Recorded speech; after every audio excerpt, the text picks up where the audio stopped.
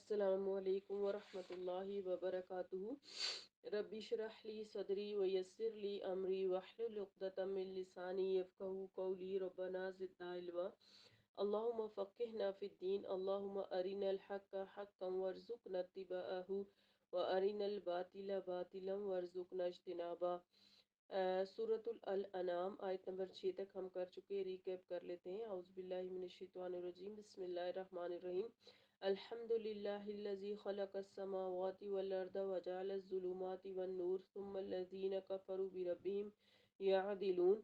هو الذی خلقکم من طین ثم قضى اجلا واجل مسمى عنده ثم انتم تمترون۔ ہر طرح کی تعریف اللہ ہی کو سزاوار ہے، جس نے آسمانوں اور زمین کو پیدا کیا اور اندھیرے اور روشنی بنائی۔ پھر بھی جو لوگ کافر ہیں وہ دوسروں کو اپنے رب کا ہمسر بناتے ہیں۔ وہی تو ہے جس نے تمہیں مٹی سے پیدا کیا، پھر ایک مدت مقرر کی یعنی موت تک، اور ایک اور مدت اس کے ہاں معین ہے یعنی قیامت تک۔ پھر بھی تم اللہ کے بارے میں شک کرتے ہو۔ وہی ایک اللہ ہے جو آسمانوں میں بھی موجود ہے اور زمین میں بھی۔ وہ تمہارا باطن اور ظاہر سب کچھ جانتا ہے، اور وہ کچھ بھی جانتا ہے جو تم کرتے ہو۔ اور جب بھی ان کے ہاں ان کے رب کی طرف سے کوئی نشانی آئی تو وہ اس سے اعراض ہی برتتے رہے۔ چنانچہ جب ان کے پاس حق آ گیا تو اسے انہوں نے جھٹلا دیا، اور جس کا وہ مذاق اڑاتے رہے عنقریب انہیں اس کی خبریں پہنچیں گی۔ کیا انہوں نے دیکھا نہیں کہ ہم نے ان سے پہلے کتنی قوموں کو ہلاک کر دیا؟ انہیں ہم نے زمین میں اتنا اقتدار بخشا تھا جتنا کبھی کسی کو نہیں بخشا، اور ہم نے ان پر آسمان سے خوب بارشیں برسائیں اور ان کے نیچے نہریں بہا دیں۔ پھر ان کے گناہوں کی پاداش میں انہیں ہلاک کر دیا اور ان کے بعد دوسری قومیں پیدا کیں۔ آیت نمبر 7۔ وَلَوْ نَزَّلْنَا عَلَيْكَ كِتَابًا فِي قِرْطَاسٍ لَمَسُوهُ بِأَيْدِيهِمْ لَقَالَ الَّذِينَ كَفَرُوا إِنْ هَذَا إِلَّا سِحْرٌ مُبِينٌ۔ اور اگر ہم کاغذ پر لکھی ہوئی کتاب آپ صلی اللہ علیہ وسلم پر اتارتے، پھر یہ لوگ اسے اپنے ہاتھوں سے چھو کر بھی دیکھ لیتے، تو جن لوگوں نے کفر کیا یہی کہتے کہ یہ تو صاف جادو ہے۔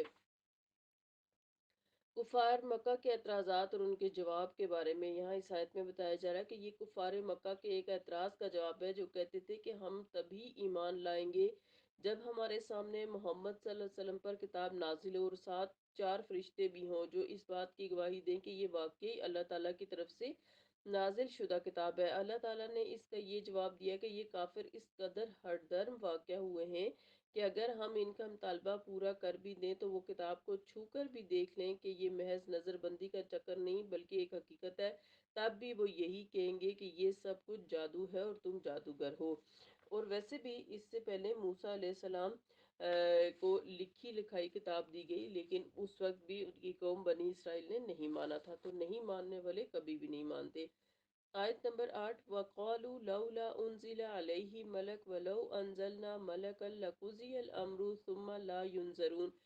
اور وہ کہتے ہیں اس پر فرشتہ اپنی اصل شکل میں کیوں نہیں اتارا گیا، اور اگر ہم فرشتہ اتارتے تو سارا قصہ ہی پاک ہو جاتا، پھر انہیں کچھ مہلت بھی نہ ملتی۔ یہ کفار کے دوسرے اعتراض کا جواب دیا جا رہا ہے کہ محمد صلی اللہ علیہ وسلم پر فرشتہ اپنی اصلی شکل میں کیوں نازل نہیں ہوتا جسے ہم دیکھ سکیں اور ہمیں یقین آ جائے کہ پیغمبر جو یہ کہتا ہے مجھ پر فرشتہ نازل ہوتا ہے وہ سچ ہے۔ اس اعتراض کے جواب میں اللہ سبحانہ وتعالیٰ فرماتے ہیں کہ اگر فرشتہ اپنی اصلی شکل میں آتا تو یہ دہشت کے مارے فوراً مر جاتے، انہیں ایمان لانے یا انکار کرنے کی مہلت ہی کہاں ملتی۔ فرشتے کو اس کی اصلی شکل میں دیکھنے کے متحمل انبیاء علیہ السلام ہی ہو سکتے ہیں، چنانچہ آپ صلی اللہ علیہ وسلم نے جبرائیل علیہ السلام کو اس کی اصلی شکل میں 2 بار دیکھا تھا۔ آپ صلی اللہ علیہ وسلم نے فرمایا اس کے 600 پر تھے اور اس کی جسامت سے تمام افق بھر گیا تھا، یعنی اتنے بڑے تھے وہ سائز میں۔ یہ صحیح بخاری کی حدیث ہے۔ کسی دوسرے نبی کا جبرائیل علیہ السلام کو اپنی اصل شکل میں دیکھنا احادیث سے ثابت نہیں ہے۔ اور ویسے بھی اس دنیا میں انسان کو اتنی صلاحیتیں نہیں دی گئی کہ وہ فرشتوں کو دیکھ سکے۔ انسان جب اس دنیا میں پہلی دفعہ فرشتے کو دیکھتا ہے تو پھر اس کی موت واقع ہو جاتی ہے، اس لیے یہاں پر اللہ تعالیٰ فرما رہے ہیں کہ اگر ہم فرشتہ اتارتے تو ان کا سارا قصہ ہی پاک ہو جاتا۔ آیت نمبر 9۔ وَلَوْ جَعَلْنَا مَلَكًا لَجَعَلْنَاهُ رَجُلًا وَلَلْبَسْنَا عَلَيْهِمْ مَا يَلْبِسُونَ۔ اور اگر ہم کسی فرشتے کو پیغمبر بناتے تو بھی اسے انسانی شکل ہی میں اتارتے، ہم انہیں اس شعبے میں ڈال دیتے جس میں وہ اب پڑے ہوئے ہیں۔ تو پیغمبر کے فرشتہ ہونے پہ اعتراضات: فرشتہ نازل ہونے کی دوسری صورت یہ تھی کہ وہ انسانی شکل میں آتا، جیسے جبرائیل علیہ السلام آپ صلی اللہ علیہ وسلم کے پاس دہیہ قلبی کی شکل میں کبھی کبھار آتے تھے، یا سیدنا ابراہیم علیہ السلام، سیدنا لوط علیہ السلام اور سیدنا داؤد علیہ السلام کے پاس انسانی شکل میں آئے تھے۔ اور اگر فرشتہ پیغمبر بن کر انسانی شکل میں آتا تو اس پر بھی وہ تمام اعتراضات وارد ہو سکتے تھے جو رسول اللہ صلی اللہ علیہ وسلم پر وارد ہوتے رہے۔ پھر یہ ایک الگ اعتراض پیدا ہو جاتا کہ جو شخص اپنے آپ کو فرشتہ اور پیغمبر کہہ رہا ہے، آیا یہ فی الواقع فرشتہ ہے بھی یا نہیں، یا کوئی جادوگر انسان ہے جو ہمیں چکما دے رہا ہے؟ گویا ان کا وہ اشتباہ یعنی جو شک ہے پھر بھی بدستور باقی ہی رہتا جو انہیں اب پڑا ہوا تھا۔ نیز اگر کوئی رسول فرشتہ ہو تو اتمام حجت کا معاملہ ہی ختم ہو جاتا ہے۔ ایسے رسول پر ایمان لانے والے اپنی بے عملی کے جواز کے لیے یہ معقول بہانہ پیش کر سکتے ہیں کہ رسول تو فرشتہ ہے اور ہم بشر ہیں، لہٰذا ہم اس کے پورے طور پر اتباع کیسے کر سکتے ہیں؟ یعنی کسی فرشتے کے جیسے اعمال تو ہم نہیں کر سکتے، جو فرشتہ کر رہا ہے وہ ہم کیسے کریں؟ یہی کہتے لوگ۔ ابھی بھی جن لوگوں نے عمل نہیں کرنا ہوتا یا جن لوگوں نے بدعات کرنی ہوتی ہیں، اپنے عمل کو خود سے وہ دین کو اپنی مرضی کا بنانا چاہتے ہیں، تو وہ یہی بہانہ کرتے ہیں کہ رسول اللہ صلی اللہ علیہ وسلم کی بات نہ کرو، وہ تو نبی تھے، ان کا جیسا عمل تو ہم نہیں کر سکتے، ان کے لیے تو تھوڑا عمل بھی کافی تھا، ہمیں تو بہت زیادہ محنت کرنے کی ضرورت ہے، بہت عمل کرنے کی ضرورت ہے۔ اور اس طرح کی باتیں کر کے وہ بدعات تراشتے ہیں دین میں، جن پر نہ وہ خود بعد میں عمل کر سکتے ہیں نہ دوسرے کر سکتے ہیں۔ تو نہ ماننے والوں کو جو ہے وہ اس طرح کے جواز ہی ملتے ہیں، جو یہاں پر کہا جا رہا ہے۔ اہل مکہ کہہ رہے ہیں کہ ہم جو ہے وہ تب مانیں گے جب فرشتہ ہمارے سامنے آئے گا۔ اور یہی رسول کے بشر ہونے میں سب سے بڑی حکمت ہے کہ رسول جو ہیں وہ نبی بھی ہیں اور انسان بھی ہیں، تاکہ کوئی شخص یہ بہانہ نہ کر سکے کہ ان کے جیسے عمل تو ہم نہیں کر سکتے۔ آیت نمبر 10: وَلَقَدِ اسْتُهْزِئَ بِرُسُلٍ مِّن قَبْلِكَ فَحَاقَ بِالَّذِينَ سَخِرُوا مِنْهُم مَّا كَانُوا بِهِ يَسْتَهْزِئُونَ۔ آپ صلی اللہ علیہ وسلم سے پہلے بھی رسولوں سے مذاق کیا جا چکا ہے، پھر ان تمسخر کرنے والوں کو اسی عذاب نے آ گھیرا جس کا وہ مذاق اڑایا کرتے تھے۔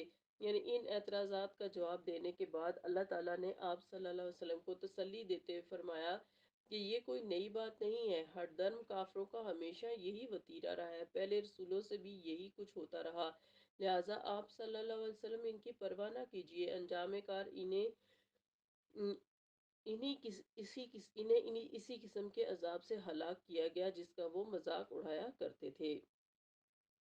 آیت نمبر 11: قُلْ سِیرُوا فِی الْأَرْضِ ثُمَّ انظُرُوا کَیْفَ کَانَ عَاقِبَةُ الْمُکَذِّبِینَ۔ آپ صلی اللہ علیہ وسلم ان سے کہیے کہ ذرا زمین میں چل پھر کر دیکھو کہ ان جھٹلانے والوں کا کیا انجام ہوا، یعنی ان تباہ شدہ قوموں کے آثار کو نگاہ عبرت سے دیکھو تو حقیقت حال تم پر منکشف ہو جائے گی اور تم اسی نتیجے پر پہنچو گے کہ ان تباہ شدہ قوموں میں جو بات قدر مشترک ہے وہ اللہ کی نافرمانی، اس کی آیات کو جھٹلانا اور اس کے رسولوں کی نافرمانی ہے، جن کی وجہ سے ہر قوم جو ہے وہ ہلاک ہو گئی اور اس طرح سے ہلاک ہوئی کہ اللہ تعالیٰ نے انہیں صفائے ہستی سے ہی مٹا ڈالا۔ پھر آیت نمبر 12: قُلْ لِمَن مَا فِی السَّمَاوَاتِ وَالْأَرْضِ قُلِ اللَّهُ كَتَبَ عَلَىٰ نَفْسِهِ الرَّحْمَةَ لَيَجْمَعَنَّكُمْ إِلَىٰ يَوْمِ الْقِيَامَةِ لَا رَیْبَ فِیهِ الَّذِینَ خَسِرُوا أَنفُسَهُمْ فَهُمْ لَا یُؤْمِنُونَ۔ آپ صلی اللہ علیہ وسلم ان سے پوچھئے کہ جو کچھ آسمان اور زمین میں ہے وہ کس کا ہے؟ آپ صلی اللہ علیہ وسلم کہہ دیجئے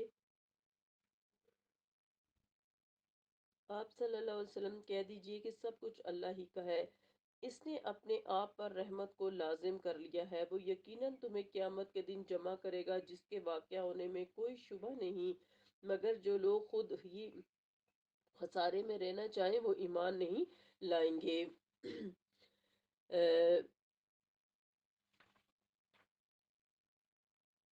پہلی بات جو یہاں پر کہی گئی کہ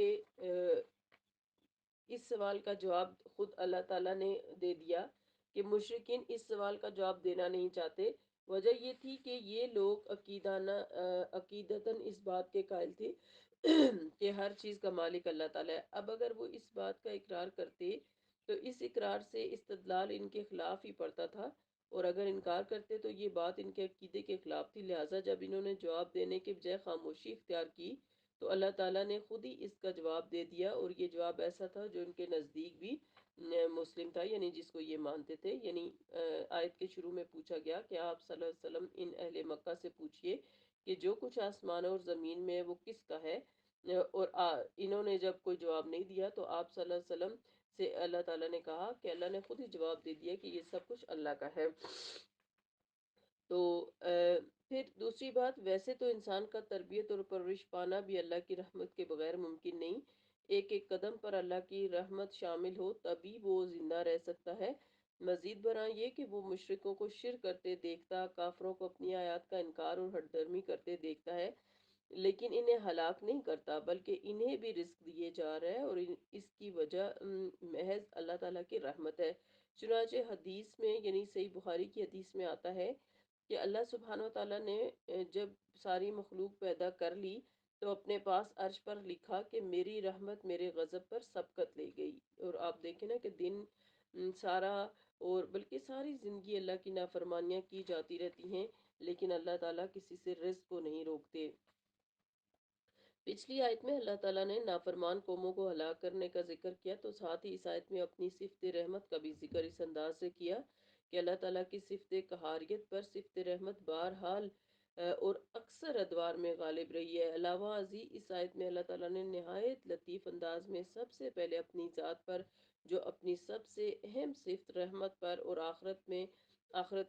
آخر میں آخرت کا ثبوت پیش کیا ہے۔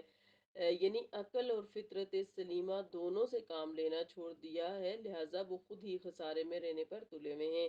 یعنی آخر میں اس آیت کی آخر میں کیا بات تھی کہ اللہ تعالیٰ کی جو ہے وہ اس نے اپنے اوپر رحمت کو لازم کر لیا ہے، وہ یقیناً تمہیں قیامت کے دن جمع کرے گا، جس کے واقعہ میں کوئی شبہ نہیں، مگر جو لوگ خود ہی خسارے میں رہنا چاہیں وہ ایمان نہیں لائیں گے۔ یعنی انہوں نے ایمان نہ لا کر اپنے آپ کو بہت بڑے خسارے میں ڈال دیا ہے۔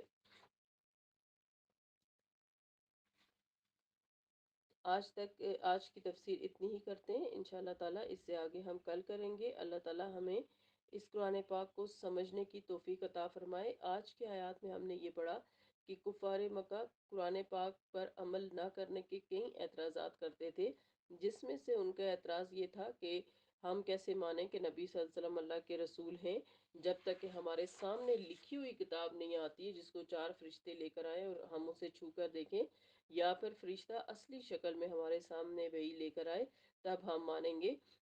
اور پھر اللہ تعالیٰ نے ان کے اعتراضات کا جواب دیا کہ یہ اس دنیا میں فرشتے کو نہیں دیکھ سکتے، اگر فرشتہ ہم اتارتے تو انسانی شکل میں ہی آتا، اور ان کو پھر یہی شک اور شبہ رہتا کہ یہ تو انسان ہی ہے، جھوٹ بول رہا ہے، کہ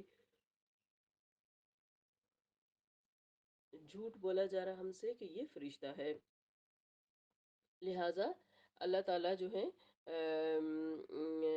وہ فرشتہ اتارتے بھی تو انسانی شکل میں اتارتے۔ بہرحال نہ ماننے والوں کا یہی وتیرہ رہا ہے، اور پھر آپ صلی اللہ علیہ وسلم کو تسلی بھی دی گئی کہ ہر دور میں انبیاء کا اسی طرح سے مذاق اڑایا جاتا رہا، اور مذاق اڑانے والوں کا پھر انجام بھی بہت برا ہوا۔ اور اس سے اگلی آیات میں اللہ تعالیٰ نے اپنی رحمت کا بیان کیا، اور یہ بھی بتایا ہے کہ سب کے سب کو اللہ کے سامنے جمع ہونا ہے، پھر اللہ تعالیٰ سب کی حقیقتیں ان کے سامنے کھول کر بتا دے گا۔ اللہ تعالیٰ ہم سب کو توفیق دے کہ ہم اپنے نام اعمال کو اللہ تعالیٰ کی مرضی کے مطابق بنا سکیں، اور جب قیامت والے دن ہمیں اٹھایا جائے تو ہمارا نام اعمال جو ہے وہ ہمارے دائیں ہاتھ میں دیا جائے۔ اللہم انا نسألک الحسن الخاتمہ، اللہم ثبت بکلمہ لا الہ الا اللہ عند الموت، آمین۔ اللہم انا نسألک الجنة الفردوس، اللہم انا نسألک الجنة الفردوس، اللہم انا نسألک الجنة الفردوس، آمین۔ سبحانک اللہم وبحمدک، نشہد ان لا الہ الا انت، نستغفرک ونتوب الیک۔ السلام علیکم ورحمۃ اللہ وبرکاتہ۔